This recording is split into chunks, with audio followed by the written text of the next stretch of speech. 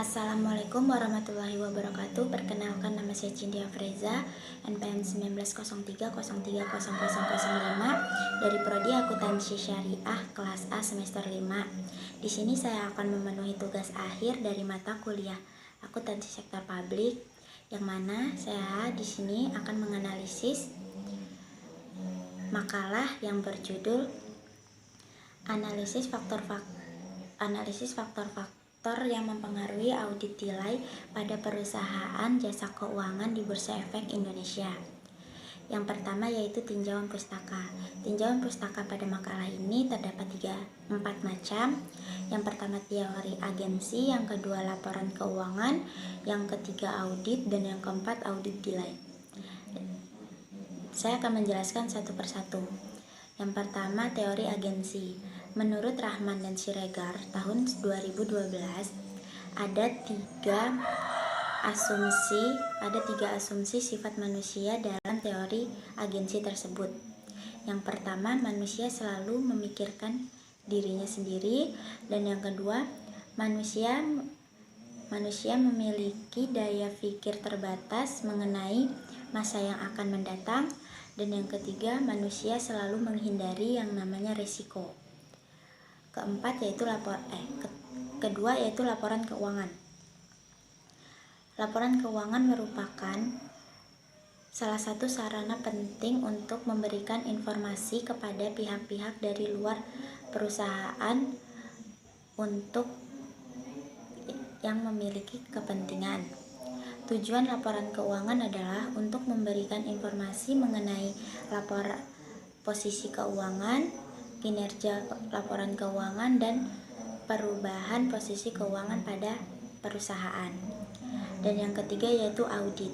Secara umum audit adalah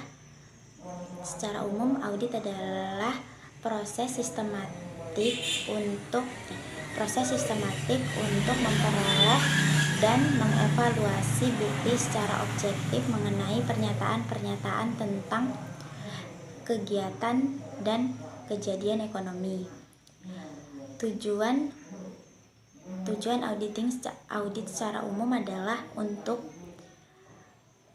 memberikan pendapat atas kewajaran dalam semua hal yang memiliki material. Dan yang keempat yaitu audit nilai. Menurut Astos et al. Tahun 1987, audit nilai merupakan jarak waktu antara tanggal terakhir tahun fiskal dengan tanggal laporan audit. Dan yang kedua adalah metode penelitian. Metode penelitian ini juga memiliki 4 macam. Yang pertama adalah populasi dan sampel, yang kedua sumber data dan pengambilan data, yang ketiga definisi operasional dan pengukuran variabel, dan yang keempat metode teknik analisa data. Nah, di sini saya akan menjelaskan satu persatu juga. Yang pertama yaitu populasi dan sampel. Metode pengambilan sampel dilakukan sebanyak 2 tahap. Yang pertama adalah metode random sampling dan metode purposive sampling, di mana populasi yang akan dijadikan sampel penelitian adalah populasi yang memenuhi kriteria sampel tersebut. Dan yang kedua adalah sumber data dan teknik pengambilan data. Jenis data dalam penelitian ini adalah jenis data sekunder, yang mana jenis data ini diperolehnya secara tidak langsung atau menggunakan media perantara, diperoleh dan dicatat oleh pihak lain. Yang ketiga ada definisi operasional pengukuran variabel. Itu juga ada 3 macam, yaitu variabel dependen, variabel independen, dan definisi operasional variabel. Variabel dependen ini dalam penelitian itu audit nilai yang diukur berdasarkan lama waktunya penyelesaian audit dari akhir tahun fiskal perusahaan sampai tanggal laporan audit dikeluarkan. Sedangkan kalau variabel independen Variabel ini dalam penelitiannya itu yang diteliti adalah pengukuran perusahaan laba rugi, operasi, profitabilitas, solvabilitas, dan opini auditor. Dan yang ketiga itu definisi operasional variabel. Definisi operasional variabel ini juga ada beberapa macam yang bisa saya sebutkan, yaitu audit nilai, ukuran perusahaan, laba rugi operasi, tingkat profitabilitas, solvabilitas, dan opini dan jenis pendapat akuntan publik. Nah, di sini profitabilitas sendiri memiliki rumus untuk mencari laba rugi perusahaan, yang mana rumusnya itu profitabilitas sama dengan earning after tax dibagi total aset dikali 100.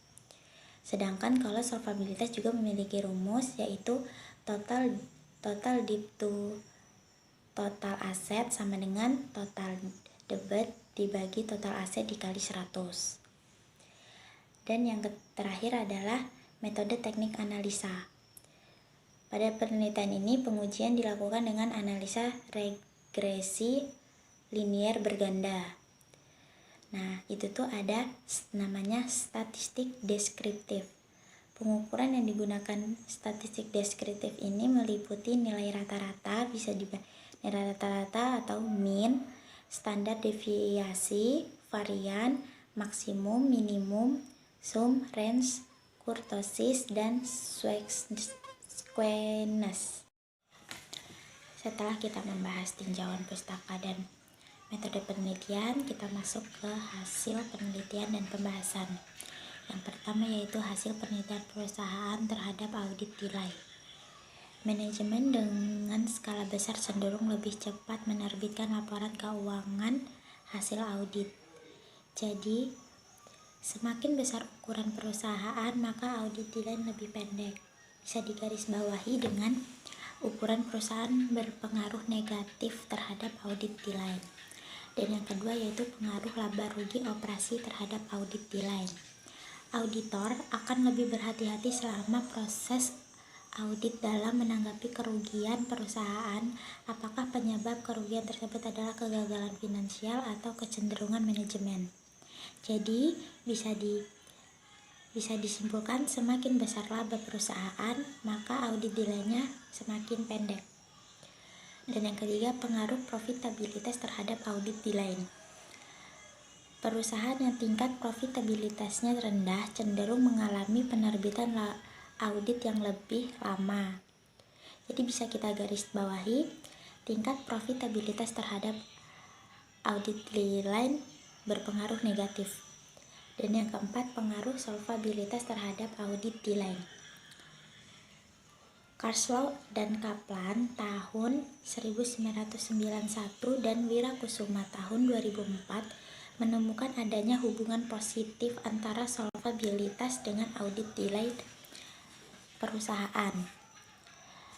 Jadi bisa kita garis bawahi, tingkat solvabilitas ini berpengaruh sangat positif terhadap audit nilai. Dan yang terakhir adalah penutup. Berdasarkan hasil penelitian dapat disimpulkan bahwa rata-rata audit nilai yang terjadi pada perusahaan jasa keuangan di Bursa Efek Indonesia dari tahun 2012 sampai 2016 sebesar 59,79 hari. Model penelitian ini dinyatakan lolos dalam uji asumsi klasik, yaitu telah memenuhi uji normalitas, heterogenearitas, multikolinearitas, dan autokorelasi. Dan yang kedua, hasil penelitian ini secara simultan menunjukkan bahwa seluruh variabel independen secara serempak mempunyai pengaruh signifikan terhadap audit nilai. Variabel laba rugi operasi, profitabilitas, dan opini auditor tidak mempengaruhi audit nilai secara signifikan. Nah, di dalam penelitian ini juga memiliki keterbatasan, yaitu penelitian ini hanya menggunakan 5 faktor yang mempengaruhi audit nilai. Dan kedua, penelitian ini hanya menggunakan data sekunder. Data-data primer seperti tingkat pengendalian internal, luas lingkup audit tidak dimasukkan ke dalam penelitian ini. Dan yang ketiga, penelitian ini hanya dilakukan pada perusahaan jasa keuangan saja. Baiklah, itu tadi yang bisa saya sampaikan. Mohon maaf kalau ada salah-salah kata. Saya akhiri. Assalamualaikum warahmatullahi wabarakatuh.